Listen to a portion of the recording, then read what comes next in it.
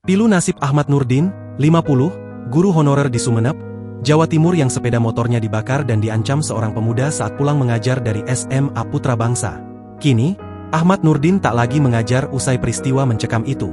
Ia juga jatuh sakit hingga trauma setelah kejadian tersebut. Pak Nurdin jatuh sakit terserang batuk, demam dan meriang 5 hari setelah motornya dibakar. "Saya hanya bisa beraktivitas di dalam rumah Mas," ujarnya dilansir dari Kompas.com, Jumat, 17 Januari 2025. Ia juga mengaku sudah tidak mengajar setelah peristiwa mencekam itu terjadi.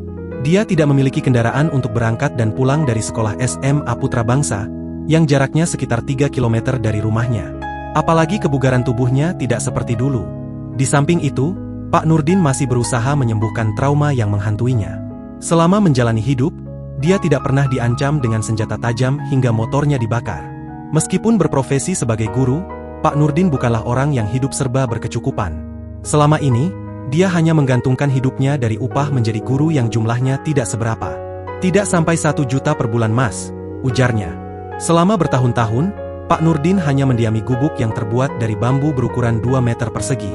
Bahkan kondisi gubuknya sudah nyaris reot dan terancam ambruk. Tempat tidur, dapur dan ruang tamu pun menjadi satu.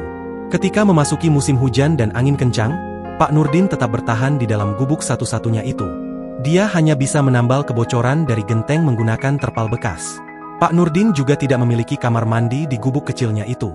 Untuk bisa mandi, dia terpaksa menumpang ke kamar mandi masjid, yang letaknya tidak jauh dari rumahnya. Hingga hari ini, gubuk milik Pak Nurdin tidak pernah tersentuh bantuan dari pemerintah.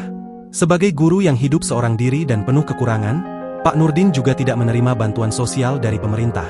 "Saya hanya 1 kali mendapatkan bantuan BLT senilai Rp300.000.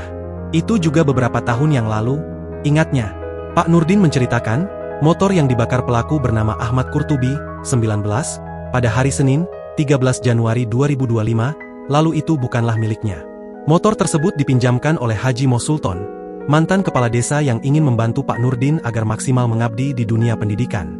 "Sebelum itu saya jalan kaki ke sekolah, kadang dibonceng siswa ketika berpapasan di jalan," kenangnya. Saat ini Pak Nurdin tidak bisa berbuat apa-apa. Dia masih menahan sakit dan trauma yang sedang menderanya. Pak Nurdin berharap kejadian serupa tidak terjadi lagi, terlebih kepada dirinya dan juga kepada para guru yang tekun mengabdi dalam dunia pendidikan. Di samping itu, Pak Nurdin berharap pelaku pembakar motornya diproses sesuai ketentuan hukum yang berlaku. Semoga pelaku bisa sadar dan berubah, harapnya. Download Tribun X sekarang, menghadirkan lokal menjadi Indonesia.